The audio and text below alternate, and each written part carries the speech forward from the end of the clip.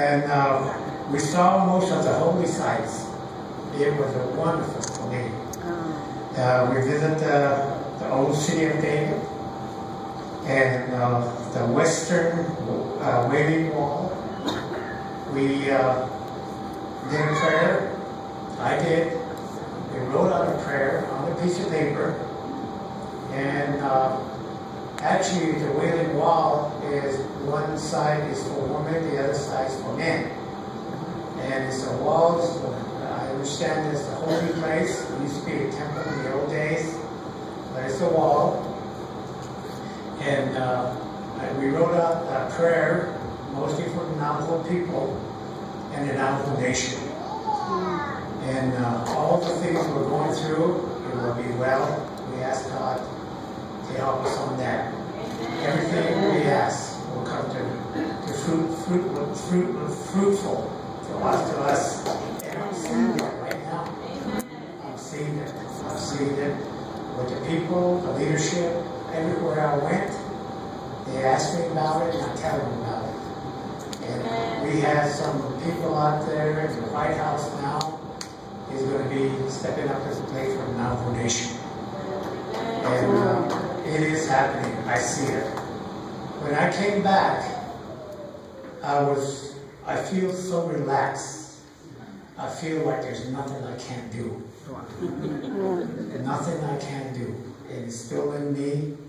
And I advise everybody to at least take a visit and go up there. It's a wonderful place to be. Went to the tomb of Christ. We went inside.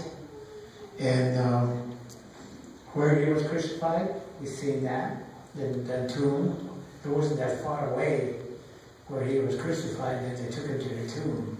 We didn't see the big rock that the angel closed the tomb with. But I believe when they were doing construction over there, they might have used it. But it's a big room. It's big enough. You see leg over here, and there's a waiting room, kind of big inside that rock.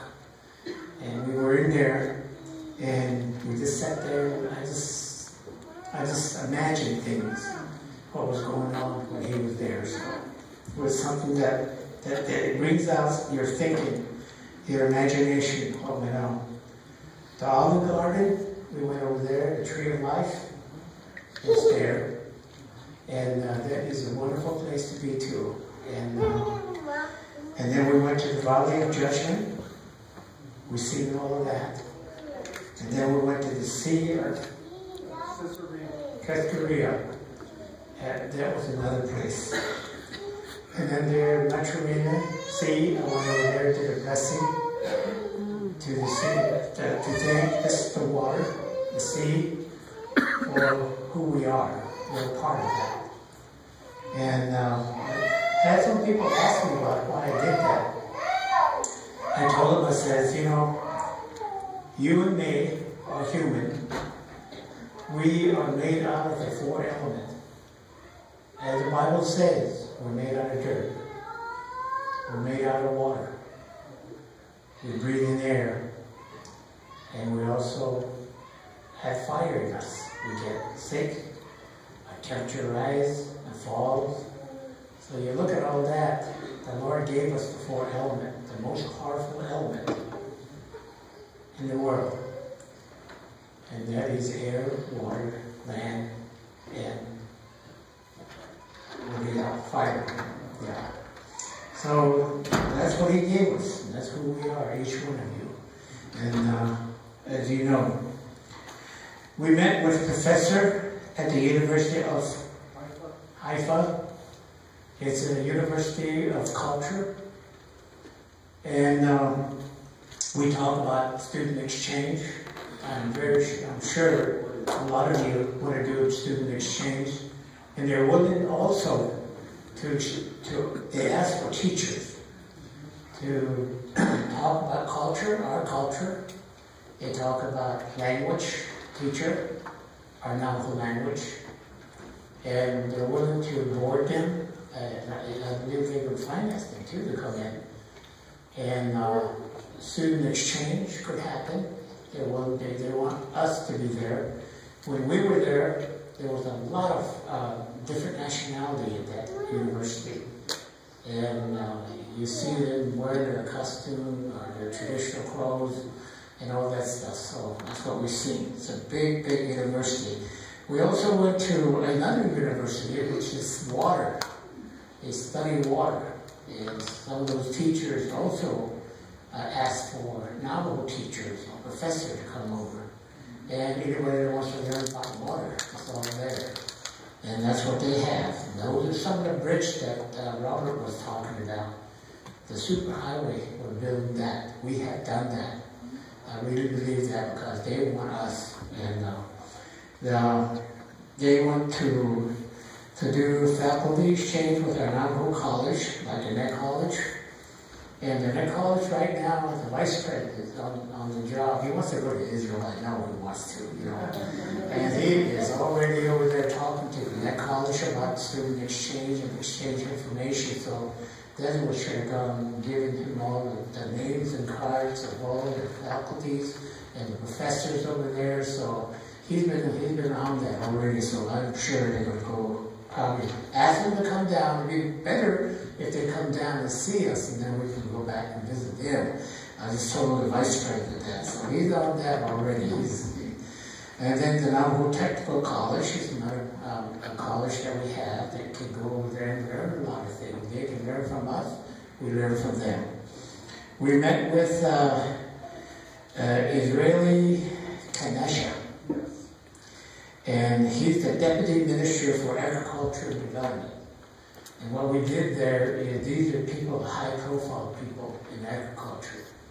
And what we did there is, I gave them a confirmation flag, and I explained to them what they are, and also we gave them a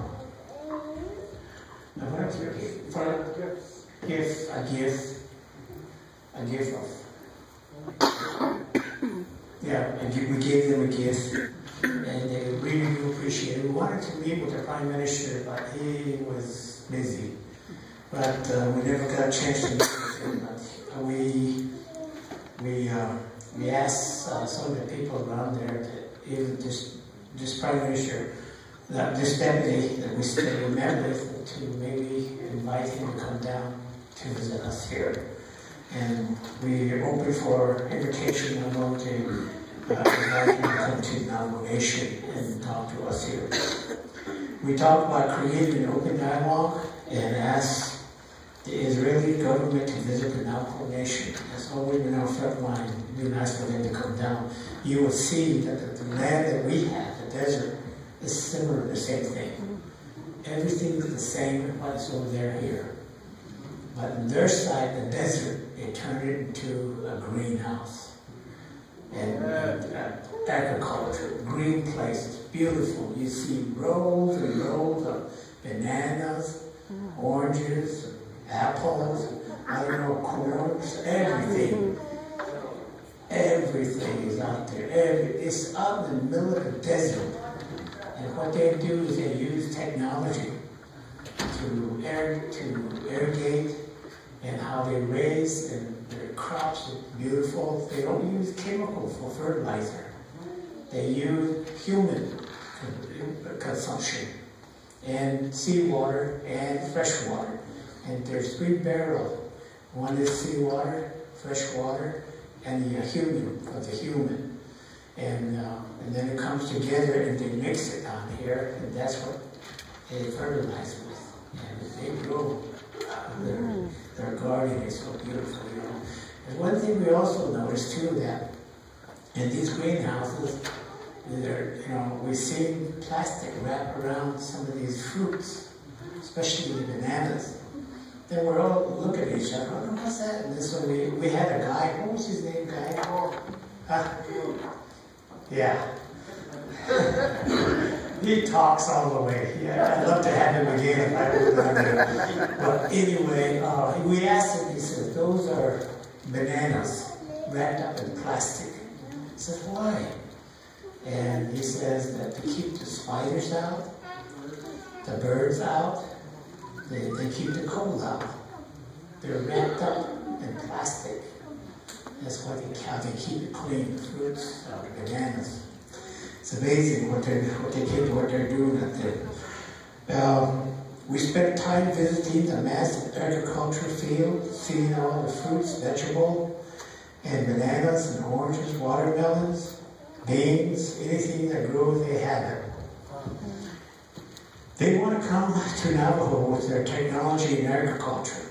They even want to share their agriculture methods and grown olive tree that produces oil for more than 500 years and produces expensive oil used for health cosmetics. Could you imagine that some of these olive trees can be planted nappy? They have a large area for more farming. And it would be a good place. You know those little ounce of olive cream? These movie stars probably the only one that can afford it.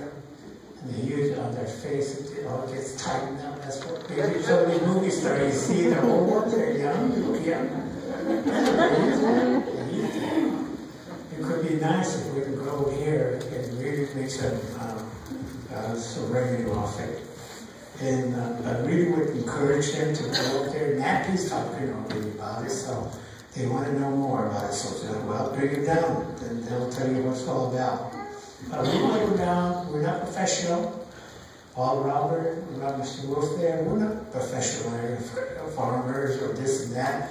But all we were doing is open doors. And that's what we did. The professional, the educators, the professional farmers or people like that, they need to come together. They're professional people. And they can start something that way. That's what we've been saying all along to everybody. We spoke with a professor in southern Israel in a community near Gaza.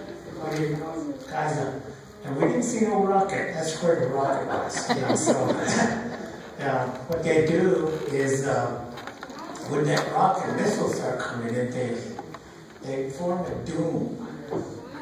What is the name of that? It's like a dome, a protection dome in the air. They just shoot electronic or something. So when these rockets, they just ricochet off it. They don't land on the land. It just ricochet off in the mid-air. And what we also heard from those local people there, when we were talking with them, is that some people, Palestinians, that when they see those rockets come, so we and I will run from the rockets, right? But they ran toward the rockets and said, Ale, Ale, Ale, you know, and they see those rockets bouncing out, you know, so it's weird. I would run from that missile instead of going to it. So, but again, there's also a story about those people too. They are here. We need to be aware of it. So it's against Christians. And there's some people around here in Navajo. I've been hearing that now. And there's people here that don't believe in Christ or God. They believe in the moon, the sun as their God. And these people are here. And they don't care about life. And they'll take your life anytime. So we need to be careful. We don't like Christians. Anyway, you need to be aware, keep your antenna up for those kind of people. As we learn more about it, maybe we can warn our other brothers and sisters on these things. It's very serious. With their use in breakthrough solar energy, they have solar energy development too. They showed us some of those. We're kind of about even with that solar panel. Yeah, we're pretty much really close. A matter of fact, I think our solar energy is a lot better than theirs. So we're okay there. We even see dry farming, and they're growing. They are growing tourism in the south